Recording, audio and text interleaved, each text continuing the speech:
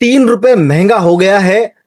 पूरे इंडिया में ऐसा पैनिक मचा है जैसे मालूम गाड़ी चलना ही बंद हो गई है। व्हाट्सएप खोलो, इंस्टाग्राम खोलो, ऑफिस, जिम, हर जगह बस एक ही डिस्कशन चल रहा है कि भाई अब पेट्रोल गाड़ी लेना बेकार है, ईवी ले लो, हाइब्रिड ले लो, सीएनजी ले लो। लेकिन आज मैं आपको वो बात बताने वाला हूं जो ना कोई डीलर बताएगा, ना कोई आपको इन्फ्लुएंसर बताएंगे जो जब जब गाड़ी रिलीज होती है जाके आपको फुटेजेस दिखाते हैं, ना कोई आपका दोस्त बताएगा क्योंकि उनको बड़ी लिमिटेड इंफॉर्मेशन है, और रिश्तेदार तो कुछ नहीं बताने वाले हैं। और अगर आपने ये वीडियो एंड तक समझ ली तो हो सकता है आपके 3 से 5 लाख रुपए तक बच जाए। Guys welcome back to ABC automotive. मैं हूं ऋषि और ये वीडियो 100% लेकर आएगा आपकी जिंदगी में खुशी। और अगर आप कार बाइंग डिसीजन एक इमोशनल डिसीजन नहीं है, आप स्मार्ट फाइनेंशियल डिसीजन बनाना चाहते हो तो भाई सही चैनल पे आए हो। यहां हम सिर्फ गाड़ी के बारे में बात नहीं करते, हम बताते हैं कि कौन सी गाड़ी आपके लिए सही है, कौन सा फ्यूचर आपके लिए हेडेक बन सकता है, और कौन सी गाड़ी हो सकता है आपके लिए, एक मिडिल क्लास के लिए एक फाइनेंशियल ट्रैप बन जाए। बहुत ही जबरदस्त तरीके से इस पूरे वीडियो को कुछ पार्ट्स में डिवाइड किया है। सो आपको मजा आएगा। कौन से पार्ट को आपको देखना है, नीचे मैं चैप्टर्स मेंशन कर दूंगा। सेक्शन नंबर 1 की हम बात करते हैं कि भाई असली खेल पेट्रोल महंगा होने का नहीं है। भाई देखो, ध्यान से सुनो, ₹3 पेट्रोल महंगा हुआ है, लेकिन आपको डीलर लेवल पे क्या चल रहा है वो बातें मैं बताता हूं। मेरे पास में मुंबई में कई सारे डीलर्स कनेक्टेड हैं, हम लोग पीडीआई के लिए जाते रहते हैं अलग अलग जगह। तो जब पीडीआई हो जाते हैं हम लोग बातचीत करते हैं कि भाई ये गाड़ी कितनी बिक रही है, सेल कैसे हो रही है, क्या हो रही है। तो मुझे अंदर की बात पता है। कल रात मेरी एक Hyundai डीलर से बात हो रही थी, वो बोल रहे थे सर बुकिंग स्लो हो गई है, लोग वेट मोड में चल रहे हैं। मतलब सभी लोग सोच रहे हैं कि अब रुक जाते, देखते हैं वॉर खत्म हो जाएगा। आपको एक मैं छोटी बात, ये बात आपको बहुत ही छोटी लग रही होगी, लेकिन डीलरशिप इंडस्ट्री में पैनिक शुरू हो चुका है। और जहां पर पैनिक आता है वहीं पर स्मार्ट बायर्स का पैसा बचता है। आपको पता है कि डीलरशिप के पास 45 से 70 डेज का इन्वेंट्री पड़ा हुआ है। कुछ जगह पर तो 2025 मैन्युफैक्चर्ड स्टॉक अभी तक खड़ा है। और सबसे इंटरेस्टिंग बात पता है क्या है? टॉप सेलिंग कार्स का स्टॉक सबसे ज्यादा फंसा हुआ है, क्योंकि इतना ज्यादा डीलर्स ने परचेज करके रख लिया इन गाड़ियों को कि क्रेटा हो गई, आपकी किया की सेल्टॉस हो गई, ग्रैंड वितारा हो गई, महिंद्रा की एसयूवीज हो गई। ये सब कंपनीज ने प्रोडक्शन एग्रेसिव कर दिया था, लेकिन अब प्रॉब्लम ये है कि भाई डिमांड स्लो हो रही है। तो अगर बत्ती जल रही है, कुछ समझ में आ रहा है यार, मैं बताऊं आप लोगों को, लोग इतने ज्यादा अनअवेयर होते हैं, इतने ज्यादा ये इमोशंस होते हैं। अभी आपने देखा होगा मोदी जी ने अपने इटाली के पीएम को एक चॉकलेट दी, मेलोडी। ठीक है, ये मेलोडी चॉकलेट है मैडम मेलोनी के लिए, ऐसे एक हास्य व्यंग के टाइप उन्होंने दिया था। अब वो उसमें लिखा है पार्ले मेलेडी। अब ये जो पार्ले कंपनी है, ये कंपनी लिस्टेड भी नहीं है स्टॉक मार्केट में, इसके शेयर्स हैं भी नहीं, बड़ी छोटी सी कंपनी है। लेकिन लोगों को क्या लगा कि पार्ले एक दूसरी कंपनी, पार्ले एग्रो, जो दूसरी कंपनी ऑलरेडी लिस्टेड है स्टॉक मार्केट में, उसके स्टॉक्स 5% बढ़ गए, क्योंकि वो वीडियो उनकी वायरल चली गई थी। भाई अब दो देश के प्रधानमंत्री जब आपस में से दिखाएंगे पार्ले मेलेडी चॉकलेट, तो फिर जाहिर सी बात है लोगों के मन में क्यूरियोसिटी होगी। तो इतना अनअवेयर है, लोगों को पता भी नहीं है कि जिसका वो शेयर्स खरीद रहे हैं क्या सच में वो कंपनी चॉकलेट बनाती है। कोई दूर दूर तक उस कंपनी का चॉकलेट या बिस्किट से लेना देना भी नहीं है, फिर भी उसके स्टॉक्स बढ़ गए। तो इसका बोलने का मतलब क्या है कि लोग अनअवेयर होते हैं। लेकिन मैं आपको अनअवेयर नहीं होने दूंगा, क्योंकि आप आए हो मेरे यूट्यूब चैनल पे, और मेरा फर्ज बनता है कि अगर आपने अपनी जिंदगी के 10-15 मिनट मुझे दिए तो मैं आपके लाखों रुपए बचाने का काम करूं। सेक्शन नंबर 2 पे आते हैं कि अब आएगा डिस्काउंट का गेम। देखो, अब कॉमन आदमी क्या करेगा, भाई पेट्रोल महंगा हो गया है, गाड़ी पोस्टपोन कर देते हैं। लेकिन स्मार्ट आदमी क्या करेगा, डीलर को निचोड़ सकता है। भाई देखो, मैं ना डीलर की तरफ से फील्डिंग करता हूं, ना मैं लोगों की तरफ से फील्डिंग करता हूं। मैं आपको जो अपॉर्चुनिटी, जो मौका है, उसमें क्या हो सकता है, मैं ये आपको बात बता रहा हूं। और याद रखना, कार मार्केट में सबसे बड़ा डिस्काउंट तब आते हैं जब डिमांड स्लो हो जाती है, स्टॉक्स ज्यादा हो जाते हैं, ईएमआई प्रेशर बढ़ जाता है, डीलर्स इन्वेंट्री क्लियर करना चाहते हैं। मैं आपको इनसाइडर बात बता रहा हूं, याद रखो इसको। और कल ही एक डीलर बोल रहे थे कि सर जून जुलाई में एग्रेसिव डिस्काउंट आने वाली है। तो मतलब आपके पास में भी ऑप्शन है, जून जुलाई तक का भी है। लेकिन अगर आप अभी गाड़ी लेने का वेट कर रहे थे, अभी आपको जरूरत है गाड़ी की, तो वेट नहीं करना है आपको। पब्लिकली ये सब बात कोई नहीं बताता है, क्योंकि भाई अंदर की बात है ना यार। तो आप लोग याद रखो कि इंडस्ट्री के अंदर अभी प्रेशर बिल्ड हो रहा है, और मुझे पर्सनली अपने लेवल पे मुझे लगता है कि आने वाले 1-2 मंथ्स में 1 लाख 2 लाख तक, कुछ कार्स पे इवन 3 लाख तक का इफेक्टिव बेनिफिट आप लोग को मिल सकता है।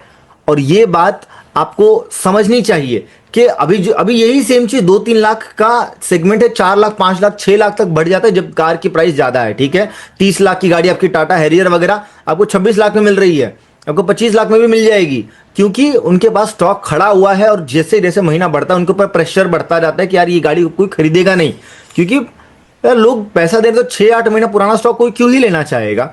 तो अब सेक्शन नंबर 3 के तरफ हम बढ़ते हैं। सबसे बड़ा सवाल कि कौन सी गाड़ी लें। पेट्रोल, सबसे पहले पेट्रोल। अगर आपकी रनिंग 400 500 700 किलोमीटर मंथली है तो आज भी पेट्रोल की गाड़ी लेना एक बहुत ही स्मार्ट चॉइस है। हाँ, फ्यूल महंगा है, लेकिन मेरे भाई एक बात बताओ, अगर आपको गाड़ी ऑलरेडी डिस्काउंट में मिल रही है तो आप फ्यूचर फ्यूल प्राइस इंक्रीज को पहले ही आप उस कॉस्ट को रिकवर कर ले रहे हो ना। और एक चीज समझ लो, लोग फ्यूल कॉस्ट कैलकुलेट करते हैं लेकिन गाड़ी का depreciation, insurance, maintenance, resale, loan interest, ये सब आप लोग कैलकुलेट नहीं करते हो, और यहीं पर मिडिल क्लास सबसे बड़ी गलती करता है। इसके अलावा अगर रनिंग ज्यादा है तो गलती से पेट्रोल गाड़ी मत ले लेना, आपको बहुत ज्यादा दिक्कत होगी, बहुत ज्यादा फाइनेंशियल ट्रैप है आपके लिए ये। रनिंग कम है जिसकी गाड़ी, आपकी अगर रनिंग ऑलरेडी कम है तो आप पेट्रोल की गाड़ी लेने के बाद भी आपका ज्यादा फ्यूल में खर्चा नहीं होने वाला है भाई। 3 रुपए नहीं, 10 रुपए, 15 रुपए, 20 रुपए भी अगर महंगी हो जाए, आपकी गाड़ी अगर चलनी ही कम है तो बहुत ज्यादा आपको जमीन आसमान का फर्क नहीं आने वाला है पेट्रोल में। और भाई जो आदमी गाड़ी 10 लाख 12 लाख 15 लाख की गाड़ी ले रहा है तो इतना तो यार फ्यूल कॉस्ट कर सकता है बेयर। और ये वॉर जिंदगी भर नहीं चलने वाली है, टेम्पररी डिसीजन, टेम्पररी टाइम के लिए है। अब हम बात करेंगे डीजल की। भाई आजकल लोग सबसे ज्यादा डरते हैं डीपीएफ से कि भाई डीपीएफ है, डीपीएफ नहीं, मालूम पड़ा कैंसर हो गया, कीमोथेरेपी करानी पड़ेगी। रियलिटी क्या है, 90% डीपीएफ इशू यूजेज के हिसाब से होता है। ये गलत यूजेज अगर आप करते हो तभी आपको होता है। भाई मैंने पर्सनली ऐसे कस्टमर्स भी देखे हैं कि भाई दिल्ली एनसीआर के ट्रैफिक में डेली डीजल चला रहे हैं, 15 से 20 हजार किलोमीटर चला चुके हैं, फिर भी कोई भी इनको डीपीएफ का इशू नहीं आया है। क्यों? क्योंकि यूजेज इनका सही है। अगर आप हाईवे पे ज्यादा चलते हो, लॉन्ग रूट्स करते हो, मंथली रनिंग हाई है, तो डीजल लेना आज भी सबसे बेस्ट चॉइस है आप लोगों के लिए। और इसके ऊपर मैंने बहुत डिटेल वीडियो बना रखा है यार, ऊपर एक बार आई बटन में क्लिक करके देख लेना कि क्या मैंने बताया उस वीडियो में। और फिर भी कोई डाउट है तो आगे सुनो। ईवी के बारे में, सब लोग ईवी के पीछे भाग रहे, ईवी गाड़ी, ईवी गाड़ी, ईवी गाड़ी। अब मैं आपको एक बात बताऊं कि भाई ईवी गाड़ी है बढ़िया, बहुत बढ़िया है, लेकिन यहीं पर सबसे ज्यादा जो लोग ट्रिगर हो रहे हैं वो लोग समझे कि भाई ईवी गाड़ी गलत नहीं है, लेकिन हर इंसान के लिए सही भी नहीं है। ये बात को समझो। अगर आपके सोसाइटी में चार्जिंग नहीं है, अगर आप बंगले में रहते हो, ठीक है, आपका खुद का बंगला है, कोठी है, अच्छा घर है, तब तो ठीक है, आप अपना लाइट वाइट का अरेंजमेंट कर सकते हो, चार्जर का अरेंजमेंट कर सकते हो। अगर आप लॉन्ग रूट्स करते हो, सिंगल कार है आपके फैमिली में, रीसेल की टेंशन है, तो भाई ईवी आपके लिए बहुत बड़ा सरदर्द बनेगा, गारंटी। लिख लो इस बात को, दोबारा रिवाइंड करके सुन लो क्या बोला है मैंने। कल ही एक सब्सक्राइबर का कॉल आया था, हम लोग पेड कंसल्टेशन भी देते हैं, तो वहां पे पैनिक में बोल रहा था सर मैंने ईवी खरीद ली। अब सोसाइटी में चार्जिंग के इश्यू की वजह से एक्सटेंशन बोर्ड लटकाकर बड़ा मतलब बहुत दिक्कत है, क्योंकि उनको जितना जिस चार्जिंग का इंफ्रास्ट्रक्चर चाहिए वो आप लोग जुगाड़ से करोगे तो बड़ा दिक्कत होगा उस चीज में। ग्राउंड रियलिटी समझो, इंस्टाग्राम की रील वाली दुनिया नहीं है ये। आपको रियल ग्राउंड पे जब आप यूज करोगे तो आपको पता चलेगा। और मैं एक और चीज बता दूं कि ईवी गाड़ी के पीछे जो आप लोग सोच रहे हो ना कि भाई बहुत बढ़िया सौदा है, जबरदस्त गाड़ी है, एक ही बार चार्जिंग करूंगा, दिल्ली से देहरादून पहुंच जाऊंगा, कोई दिक्कत नहीं, लेकिन ये याद रखो कि जब आप उसको एकदम प्यार से चलाओगे, गाड़ी को एकदम स्लो, एकदम धीरे धीरे, हौले हौले, तब जाके आपको वो रियल माइलेज जो देने वाली थी, जो कंपनी ने क्लेम किया, वो देगी।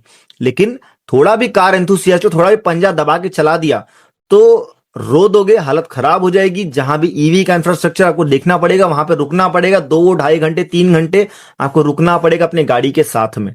ये रियलिटी है।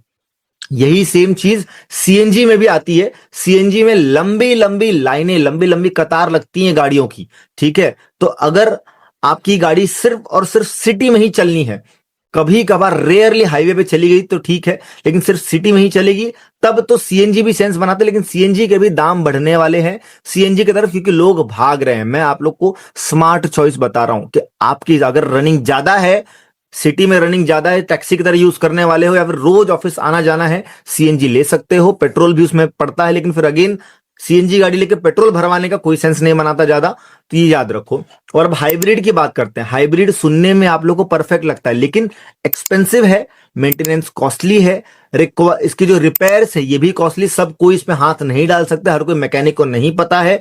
फ्यूल जो क्वालिटी है ये भी सेंसिटिव है भाई। टोयोटा ने तो सीधा बोल दिया है कि अगर आप हमारी गाड़ियां लेते हो, हाई क्रॉस और जो भी इनकी ग्लांजा, जिसमें भी इनका हाइब्रिड आता है, अगर आप वो ले रहे हो तो आपको उसमें 95 ऑक्टेन पेट्रोल डलाना पड़ेगा।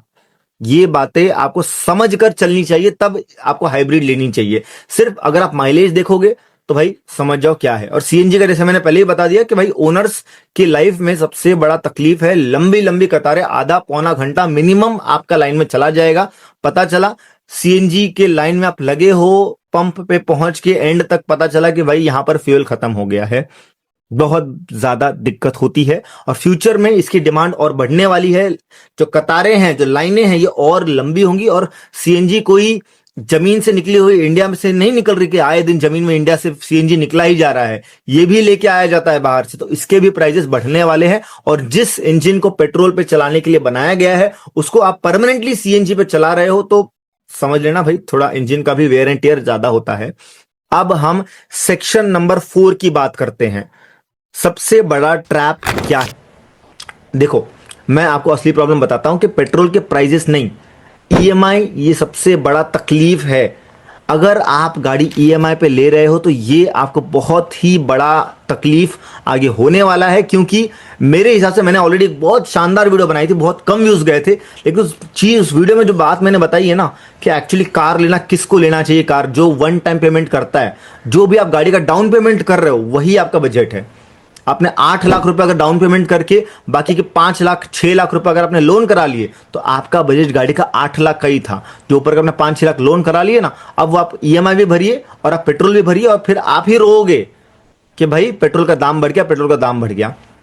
याद रखो, अगर आपकी 50,000 सैलरी है और आप 22 लाख की एसयूवी ले रहे हो, 7 लाख का लोन करके, जीरो सेविंग्स है, फिर आप बोलते हो कि भाई पेट्रोल महंगा हो गया है। अरे भाई, आपने फ्यूल से नहीं, आपने लोन से अपने आप को मारने का प्लान बना लिया है। बहुत हार्श ट्रूथ है, लेकिन कार आप सिर्फ तब अफोर्ड करते हो जब आप ईएमआई कंफर्टेबली भर सकते हो, फ्यूल का डर आपको नहीं लगा रहता है, मेंटेनेंस आपको स्ट्रेस नहीं देगा, इमरजेंसी फंड आपका बचा है, वरना आप एक कार नहीं फाइनेंशियल प्रेशर खरीद रहे हो। मेरी बात को ध्यान से सुन लेना, एक्सपीरियंस से बता रहा हूं। इसीलिए सेक्शन नंबर 5 की तरफ हम बढ़ते हैं, 5वां सेक्शन की इनसाइडर ट्रुथ, जो आपको कोई नहीं बताने वाला है। कंपनीज चाहती हैं कि आप कंफ्यूज रहो, क्यों? क्योंकि कंफ्यूज्ड बायर इजीली इन्फ्लुएंस होता है।